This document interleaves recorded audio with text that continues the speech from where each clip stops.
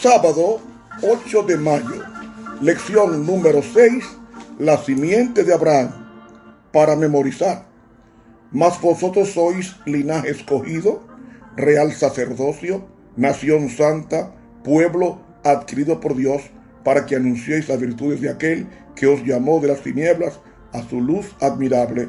Primera de Pedro 2:9. Padre Santo, en tu santo día, santifícanos en tu verdad.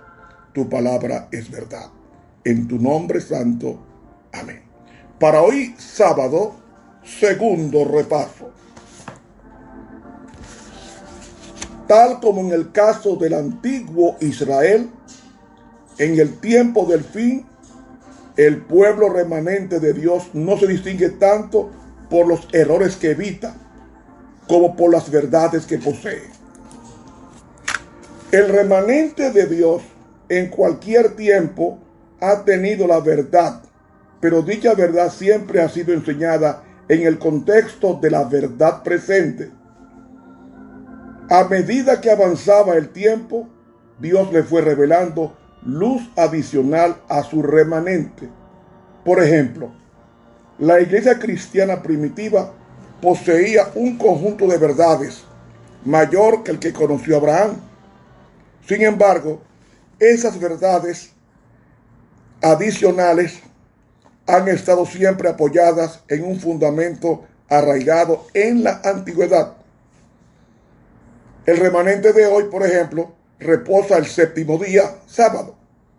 Pero ahora, junto con reconocer que el sábado es un símbolo del Señor como creador, como redentor, como santificador, los adventistas saben que en la prueba final de lealtad a Dios anterior a la segunda venida de Cristo, el sábado constituirá además el sello de Dios en contraposición a la marca de la bestia. El sábado sigue siendo todo lo que ha significado para el remanente en épocas de atrás, solo que ahora lo es en mayor grado.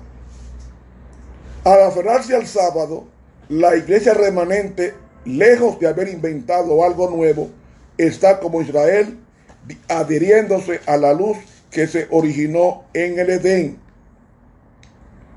Vinculados con el sábado se hallan los 10 mandamientos, tema en el cual el remanente de Dios ha hecho énfasis durante mucho tiempo.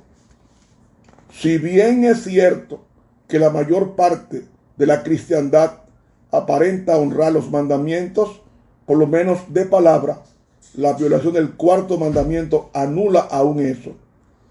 En cambio, el remanente del fin no solo guarda el decálogo como una barrera contra el pecado, conforme a lo que los fieles de Dios han hecho en cada generación, sino que además comprende la importancia que reviste la ley en el panorama completo de la gran controversia entre Cristo y Satanás. Dice la inspiración en el conflicto de los siglos, en la página 639, que desde el origen de la gran controversia en el cielo, el propósito de Satanás ha consistido en destruir la ley de Dios. Para realizarlo, dice, se rebeló contra el Creador y aunque expulsado del cielo, continuó la misma lucha en la tierra. Engañar a los hombres para inducirlos luego a transgredir la ley de Dios, tal fue el objeto que persiguió sin cejar. El último gran conflicto entre la verdad y el error no es más que la última batalla de la controversia de que se viene desarrollando desde hace tanto tiempo con respecto a la ley de Dios. En esta batalla estamos entrando ahora. Es la que se libra entre las leyes de los hombres y los preceptos de Jehová, entre la religión de la Biblia y la religión de las fábulas y de la tradición. Conflicto de los siglos, página 639. En contraste con los mitos, de sus vecinos paganos, los judíos del antiguo Israel tenían la verdad sobre la creación. En este punto, el adventismo también goza de luz adicional. Mientras millones de cristianos aceptan la evolución de una u otra forma, los adventistas todavía creen que el Señor hizo en 6 días los cielos y la tierra y todo ser viviente que la puebla, y reposó el 7º día de la primera semana. Además del registro bíblico, el espíritu de profecía, un don que también se hallaba manifestado en el antiguo Israel, ha provisto numerosos detalles en cuanto al relato del Génesis, lo cual ayuda a explicar por qué la iglesia adventista todavía se aferra a la creencia en 6 días literales de creación, y esto en contra de la corriente mayoritaria dentro del protestantismo. La creencia en la creación bíblica se ha convertido en un exponente especialmente importante de este mensaje incluido en la verdad presente. Adorad a aquel que hizo el cielo y la tierra, el mar y las fuentes de las aguas. Apocalipsis 14:7. De este modo, el sábado, que tiene significado únicamente en el contexto de la creación bíblica, pasa a ser visto como el principal componente de la adoración a aquel que hizo el cielo y la tierra y el mar y las fuentes de las aguas, en contraste con los que adoran a la bestia y a su imagen de Apocalipsis 14:9. Tal como el antiguo Israel, el adventismo también posee un mensaje relativo al santuario. Otras iglesias cristianas comprenden por el libro de Hebreos que en el cielo existe un santuario y que Cristo está allí ministrando en nuestro favor. Pero únicamente el adventismo entiende la verdad presente, que revela 2 fases del ministerio sumo sacerdotal de Cristo, una en cada departamento, así como en el juicio anterior al advenimiento que se lleva a cabo durante la segunda fase.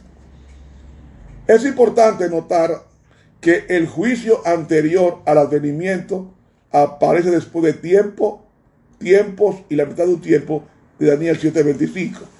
Y Apocalipsis, esa doctrina exclusiva del remanente, también aparece después de ese mismo periodo de un tiempo y tiempos y la mitad de un tiempo en Apocalipsis 12:14.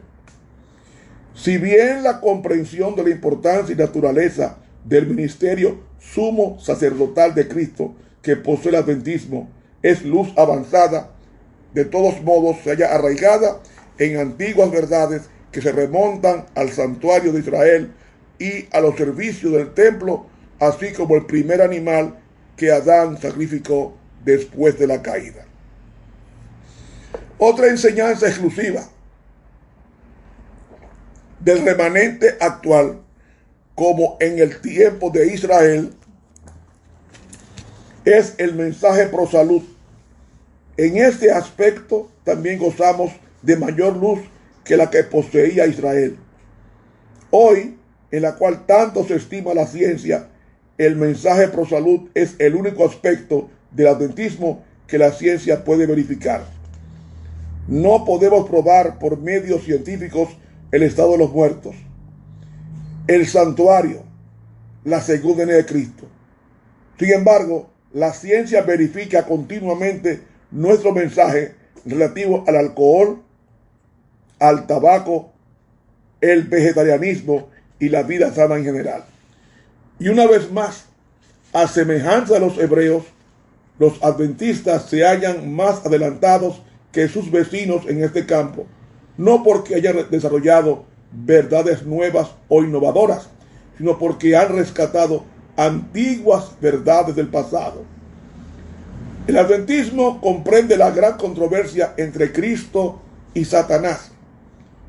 Los demás cristianos, en su mayoría, saben poco o nada de este conflicto, y muchos ni siquiera creen en Satanás, y los que sí creen no tienen ni la sombra de los conocimientos que están disponibles para los adventistas por medio del Espíritu de profecía.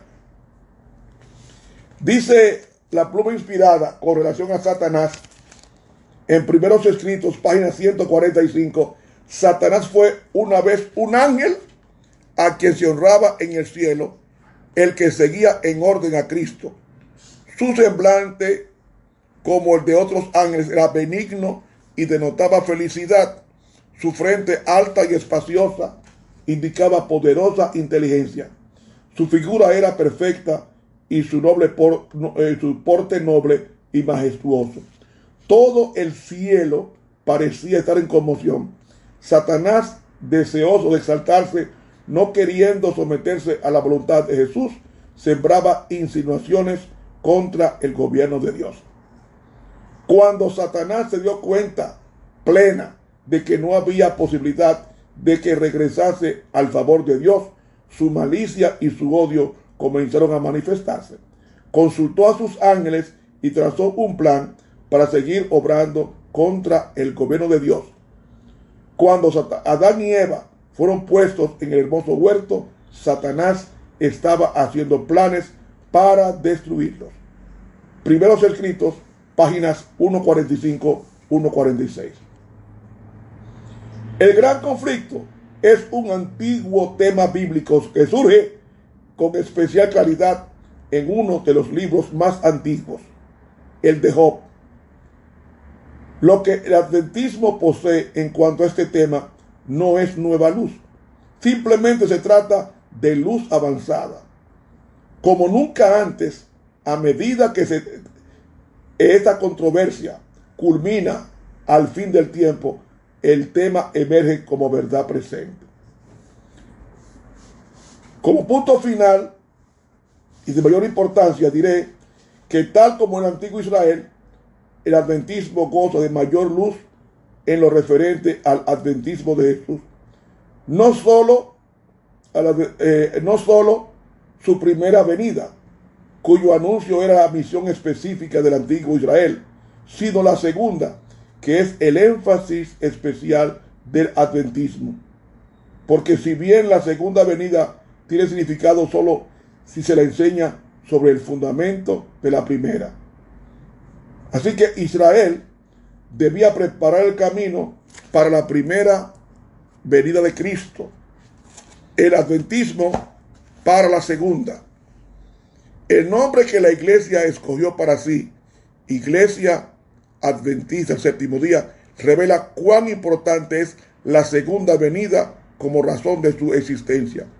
Y este aspecto de la verdad presente es todavía más crucial que casi cualquier otro, considerando especialmente la confusión y los numerosos conceptos falsos relativos a la segunda venida que pululan en la cristiandad.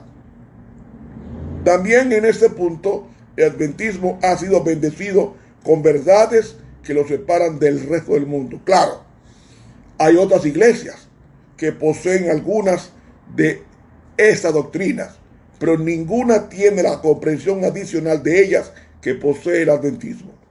Y son estas verdades, además de las otras, distintas, claras, bíblicas y cronológicamente calculadas para la época presente, las que imparten al adventismo una condición de remanente, tal como lo hicieron en el antiguo Israel estas mismas verdades junto con otras en su contexto antiguo. ¿Podrá usted acusar diciendo que somos exclusivistas, que somos tradicionalistas? Todas estas acusaciones son válidas, pero no niegan un hecho fundamental. De todos modos, Israel tenía la verdad. Es cierto que acusaron al Señor del sábado de haberlo violado en Marcos 2, pero por lo menos tenían el sábado. Sin duda que usaron mal las leyes relativas al régimen alimentario y la salud, pero por lo menos poseían dichas leyes. Desde luego, muchos interpretaron mal las profecías del Mesías, pero a lo menos estaban en posesión de esas profecías. No importa cuántas veces comprendieron mal o aplicaran erróneamente esas verdades, no por ello dejaban de tener la verdad en mayor grado que cualquier otro pueblo. Lo mismo sucede con nosotros. Aunque algunos adventistas del séptimo día se vuelvan orgullosos, muestren una actitud de yo soy más santo que tú, o se vuelvan exclusivistas debido al llamado profético de la iglesia o a su estatus de remanente, esos problemas no invalidan su llamado ni su situación de remanente. Y de hecho, y a diferencia del antiguo Israel, esta iglesia nunca ha enseñado oficialmente que sus miembros son los únicos que serán salvos o los únicos hijos de Dios. Puede ser que algunos tengan esas creencias, pero se los encuentra marginados en la periferia. Nuestra declaración en cuanto al remanente comienza con un amplio reconocimiento de que hay cristianos en toda confesión religiosa. Dice la inspiración, y también nos leemos en el Conflicto de los Siglos, página 441, que la mayoría del pueblo de Dios está compuesto en otras iglesias no adventistas. ¿Por qué? Porque no les ha llegado la luz a esos miembros fieles. Pero la iglesia universal está compuesta por todos los que creen verdaderamente en Cristo. Dice la pluma inspirada lo siguiente, en el Conflicto de los Siglos, página 433, dice ella: ¿y en qué comunidades religiosas se encuentra actualmente la mayoría de los discípulos de Cristo? Sin duda alguna, en las varias iglesias que profesan la verdad protestante. Hermanos, la Biblia enseña el mismo principio. Apocalipsis 18 comienza con una amonestación sobre Babilonia, el sistema político religioso apóstata de los últimos días, y clamó con gran voz diciendo: ha caído la gran Babilonia, y se ha hecho habitación de demonios y guarida de todo espíritu inmundo y albergue de toda ave sucia y aborrecible. Versículo 2. Y luego, después de nuevas condenaciones sobre Babilonia, leemos: salid de ella, pueblo mío, que está en Babilonia, para que no seáis partícipes de sus pecados, ni recibáis parte de sus plagas. Versículo 4 de Apocalipsis 18. El Señor llama a mi pueblo, es decir, a sus seguidores fervientes, fieles y sinceros en todas las comunidades cristianas, y les ruega que salgan de Babilonia. Y es obvio que no todos los cristianos que componen el pueblo de Dios se hallan hoy entre los que guardan los mandamientos de Dios y tienen el testimonio de Jesucristo. Y algunos todavía están en Babilonia. Hermanos, un perfecto ejemplo apareció en un video reciente de un ex adventista, un hombre llamado Walter Martin, que ya falleció, que confrontó a los adventistas durante una reunión celebrada en Loma Linda. Martin negó que el juicio investigador tuviera base bíblica, y según el video, nadie respondió a sus cargos. El que era adventista profesaba estar muy molesto porque no hubo respuesta cuando Walter Martin rechazó el juicio investigador. Pero ¿a quién le importa eso? Walter Martin también rechazaba el sábado y la verdad del estado de los muertos. ¿Han sido por eso invalidadas esas verdades fundamentales? Claro que no. A la verdad debemos sentirnos preocupados cuando alguien rechaza la verdad, pero solo porque nos interesa el bienestar espiritual de esa persona y no por temor a que le haya rechazado por no ser la verdad. A menos, claro, que nosotros mismos tengamos dudas sobre el mensaje. Hermanos, en el caso mencionado se vio que en efecto la persona que narraba el video tenía sus propias dudas en cuanto a la doctrina y sacó a relucir los mismos viejos y cansados argumentos en contra del juicio investigador. Y a propósito, la doctrina del juicio investigador está en Génesis 3. ¿Recuerdan ustedes que Dios salió a buscar a Adán cuando pecó? Adán, ¿dónde estás tú? ¿Dónde estás tú? Y en la conversación, ¿qué era eso? ¿Un juicio investigador? Cuando Dios mandó a los 2 ángeles a Sodoma, ¿qué era eso? ¿Un juicio investigador? Y podríamos citar muchos casos donde el juicio investigador comienza en la Biblia en Génesis 3 y termina en Apocalipsis. Hermanos, déjenme decirles, los creyentes que se han tomado el tiempo necesario para colocarle a su comprensión del mensaje un fundamento bíblico, no se van a sentir demasiado molestos ni confusos porque alguien lo rechace, mucho menos un adventista. Ellos saben personalmente qué es la verdad y casi todo el mundo rechazará nuestro mensaje. De manera que esa no es una razón para que vacilemos ahora en aceptarlo. No cabe duda de que el Señor tiene verdaderos seguidores en toda religión, pero ese no es el punto. Lo importante es recordar que ninguna otra religión constituida tiene ni de lejos la verdad presente que posee los adventistas del séptimo día. Los bautistas no la tienen, los testigos de Jehová tampoco, ni los episcopales.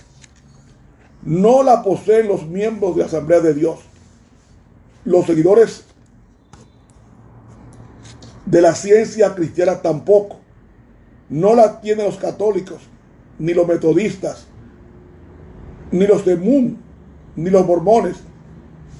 Si un buscador de la verdad puede encontrar una iglesia que cumpla mejor que el adventismo las profecías relativas al remanente, una iglesia que no solo guarde los mandamientos de Dios, sino que tenga el testimonio de Jesucristo y que predique el mensaje, que es verdad presente, de los 3 ángeles de Apocalipsis 14, presentándolo como el último mensaje de amonestación al mundo antes de la segunda venida de Cristo. Entonces, esa persona debiera unirse a tal iglesia. Le deseo buena suerte en su búsqueda. Después de todo, la necesitará. Quiero terminar con una cita del don de profecía con relación a esto. Esa cita está en el libro Hechos de los Apóstoles, página 10. ¿Qué nos dice aquí? La iglesia es la fortaleza de Dios, su ciudad de refugio que Él sostiene en un mundo en rebelión. Cualquier traición a la iglesia es traición hecha a aquel que ha comprado a la humanidad con la sangre de su Hijo unigénito. Desde el principio, las almas fieles han constituido la iglesia en la tierra. En todo tiempo, el Señor ha tenido sus atalayas que han dado un testimonio fiel a la generación en la cual vivieron. Estos centinelas daban el mensaje de amonestación y cuando eran llamados a deponer su armadura, otros continuaban su labor. Dios ligó consigo a estos testigos mediante un pacto, uniendo a la iglesia de la tierra con la del cielo. Ha enviado a sus ángeles para ministrar a su iglesia y las puertas del infierno no han podido prevalecer contra su pueblo. A través de los siglos de persecución, de lucha y tinieblas, Dios ha sostenido a su iglesia. Ni una nube ha caído sobre ella sin que Él hubiese hecho provisión. Ni una fuerza opositora se ha levantado para contrarrestar su obra sin que Él lo hubiese previsto. todo ha sucedido como Él lo predijo. Él no ha dejado abandonada a su iglesia, sino que ha señalado en sus declaraciones proféticas lo que ocurriría, y se ha producido aquello que su espíritu inspiró a los profetas a predecir. Todos sus propósitos se cumplirán. Su ley está ligada a su trono y ningún poder del maligno puede destruirla. La verdad está inspirada y guardada por Dios y triunfará contra toda oposición. He leído el libro Los Hechos de los Apóstoles, páginas 10 y 11 de El Espíritu de Profecía. Después de este estudio que hemos tenido, pregunto, ¿eres tú parte del remanente? ¿Te estás fijando en el defecto del remanente? Olvídalo. Sigue al remanente en doctrina y mira a Cristo como el autor y el consumador de nuestra fe.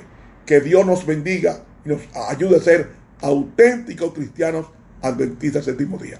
Un remanente fiel. Te habló el profesor Ramón Romero. Blancas las puertas encontrarán, unos sí, otros no. De alguien las glorias sin fin serán, y tú y yo, y tú y yo. Calles de oro, mar de cristal, pleno reposo, perfecto amor. Unos tendrán celestial hogar, y tú y yo, y tú y yo. Son herederos del porvenir, unos sí, otros no. Los que procuran por Dios vivir, y tú y yo, y tú y yo. Cuando concluya la dura lid, en compañía del Salvador, alguien será sin cesar feliz, y